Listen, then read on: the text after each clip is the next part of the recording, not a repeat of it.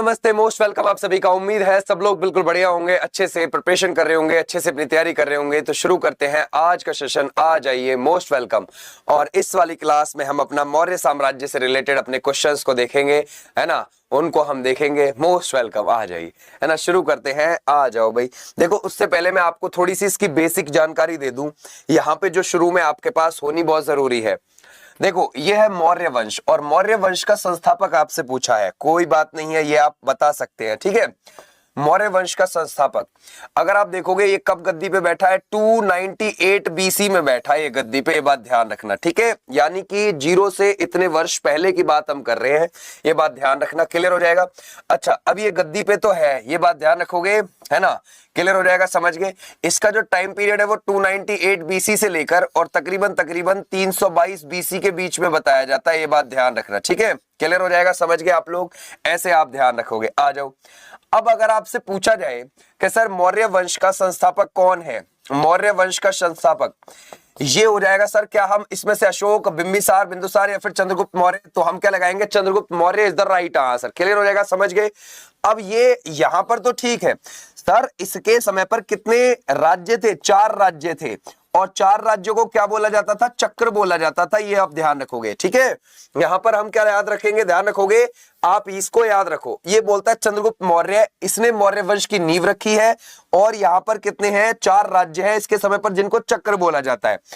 अब चक्र तो बोला जाता है सर, फिर आगे 5 राज्य हो गए थे किसके समय पर? अशोक के समय पर। आप बोलोगे सर उसने कौन सा 5वां राज्य मिला लिया था? उसने कलिंग को जीतकर मिला दिया था, जिसकी राजधानी तोसली हुआ करती थी। यह बात ध्यान रखोगे, तोसली हुआ करती थी। ओके, क्या सर यहां पर पुलिस भी थी? यस, पुलिस थी। पुलिस के लिए रक्षिण वर्ड यूज होता था। कौन सा वर्ड? रक्षिण। ये बात ध्यान रखना, रक्षिण वर्ड यूज होता था। आ जाओ अब आगे। बोलते सर चंद्रगुप्त मौर्य ने किस शासक को हराकर मगध में मौर्य वंश की स्थापना करी थी?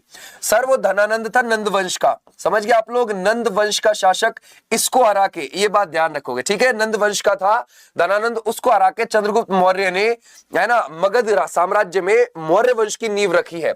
इनकी राजधानी क्या हुआ करती थी सर? पाटलिपुत्र हुआ करती थी। पाटलिपुत्र। पाटलिपुत्र में ध्यान रखोगे क्या था? वो था लकड़ी का महल। वहां पे याद रखोगे, लकड़ी का महल। और ये किन 2 नदियों के संगम पर थी? सर ये तो गंगा, गंगा के साथ साथ में आपकी सोन नदी, इन दोनों के संगम पर। ये जो लकड़ी का महल था, इसमें कितने द्वार थे? 64 द्वार थे बच्चे। ये भी चीज आप ध्यान रखोगे, ठीक है। क्लियर हो जाएगा। आ जाओ। बोलते हैं सर निम्नलिखित में से कौन सा कथन गलत लगता है आपको? चंद्रगुप्त मौर्य ने सिंधु नदी के किनारे सेल्यूकस को पराजित किया। सही बात है। ये तो सेल्यूकस ने चंद्रगुप्त मौर्य को एरियाना का क्षेत्र दे दिया था। बिल्कुल सही बात है। चंद्रगुप्त मौर्य ने सेल्यूकस को 500 हाथी उपहार स्वरूप दिए थे। सही बात है, बिल्कुल। चंद्रगुप्त मौर्य को देवनाम्पीय का उपाधि से, है ना, ध्यान रखोगे, क्या रखोगे? विभूषित किया गया है। बिल्कुल भी नहीं सर जी, ये वाले को हम याद रखेंगे, है ना। चंद्रगुप्त मौर्य को देवनाम्पीय की उपाधि से विभूषित किया गया, बिल्कुल भी नहीं, बिल्कुल इसको आप हटा देंगे। चंद्रगुप्त मौर्य, याद रखना, चंद्रगुप्त मौर्य का विवाह जो हुआ था वो हेलना से हुआ था, और ये सेल्यूकस निकेटर की बेटी थी, है ना। ध्यान रखोगे, सेल्यूकस निकेटर की बेटी थी। ये भी चीज आप ध्यान रखोगे। सेल्यूकस निकेटर ने अपना राजदूत भेजा था। किसके दरबार में भेजा था? चंद्रगुप्त मौर्य के दरबार में भेजा था, और उसका नाम था, ध्यान रखोगे, मेगास्थनीज। मेगास्थनीज ने क्या चीज लिखी है बच्चे? वो लिखी है इंडिका। ये बात ध्यान रखना, इंडिका। और इंडिका में पालीब्राथा बोला है। क्या बोला है? पालीब्रोथा। किसको? पाटलिपुत्र को। ये बात भी आप ध्यान रखोगे। क्लियर? आ जाओ नेक्स्ट पर। बोलता है सेंड्रोकोटस ने चंद्रगुप्त मौर्य की पहचान किससे करी है ना। जरा बताओ क्या लगाओगे? मतलब सेंड्रोकोटस से चंद्रगुप्त मौर्य की पहचान किसने करी है? विलियम जोन्स ने करी है। A is the right answer. Clear हो जाएगा। आ जाओ नेक्स्ट पर। बोलता है चंद्रगुप्त मौर्य ने किस जैनी गुरु से जैन धर्म की दीक्षा ली है? तो चंद्रगुप्त मौर्य ने सर किससे? भद्रबाहु से। ये भी चीज आप ध्यान रखना, ठीक है। क्लियर हो जाएगा। अच्छा, एक और चीज यहां पे ध्यान रखोगे आप। एक चीज क्या है सर? यहां पर गुप्तचर थे क्या, या गुप्तचर विभाग था? बिल्कुल था सर जी, है ना। ध्यान रखोगे, गुप्तचर विभाग हुआ करता था। ये भी चीज आप ध्यान रखोगे, गुप्तचर विभाग। अगर आपसे यूं पूछे कि गुप्तचर को क्या बोला जा रहा था? गुड़ पुरुष बोला जाता था। क्या बोला जाता था सर? गुड़ पुरुष।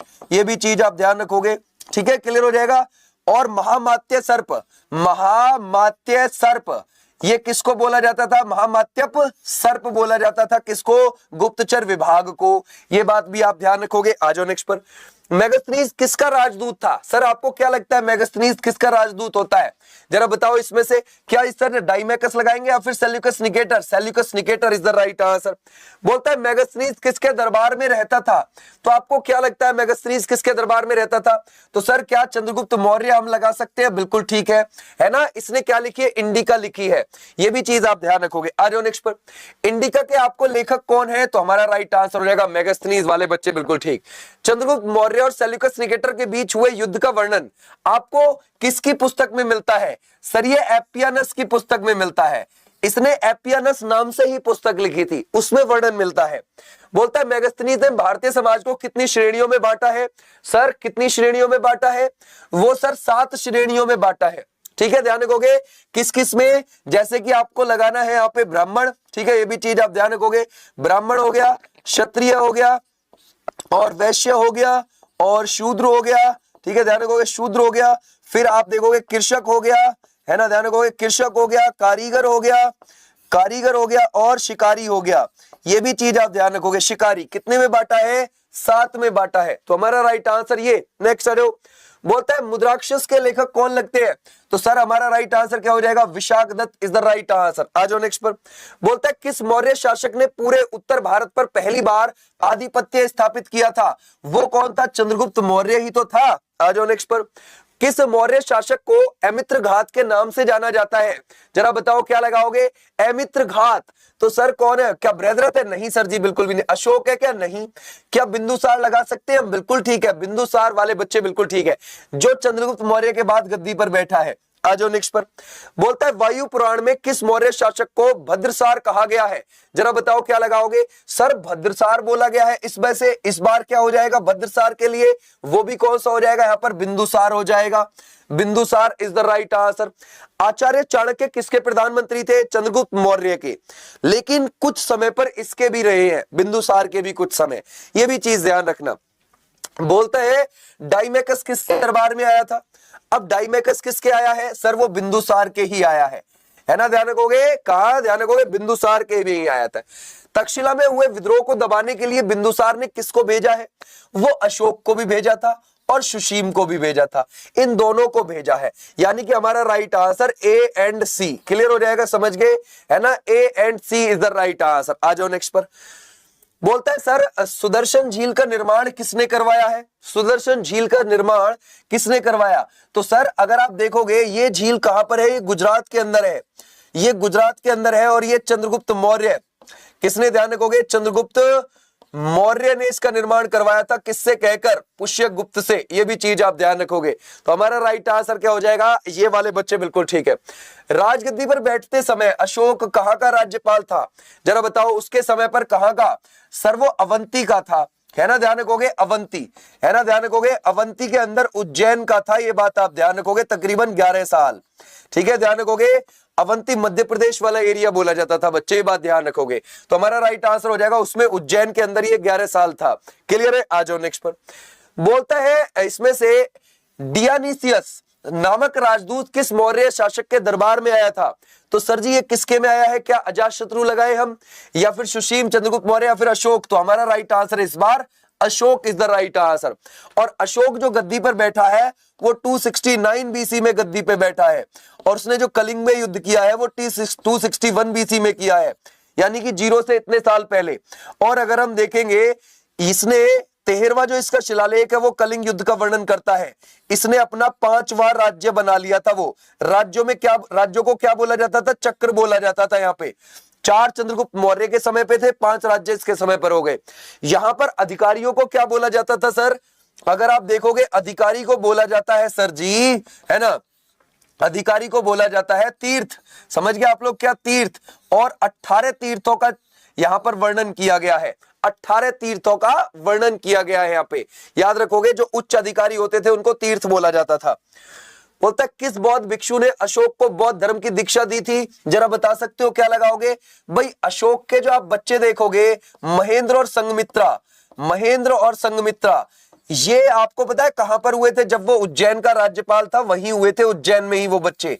वो 11 साल वहां का गवर्नर रहा था, है ना। तो हम कौन सा लगाएंगे इसमें से? किस बौद्ध भिक्षु ने अशोक के बौद्ध धर्म की दीक्षा दी है? तो वो सर उपगुप्त हो जाएगा, यानी कि बी वाले बच्चे बिल्कुल ठीक है।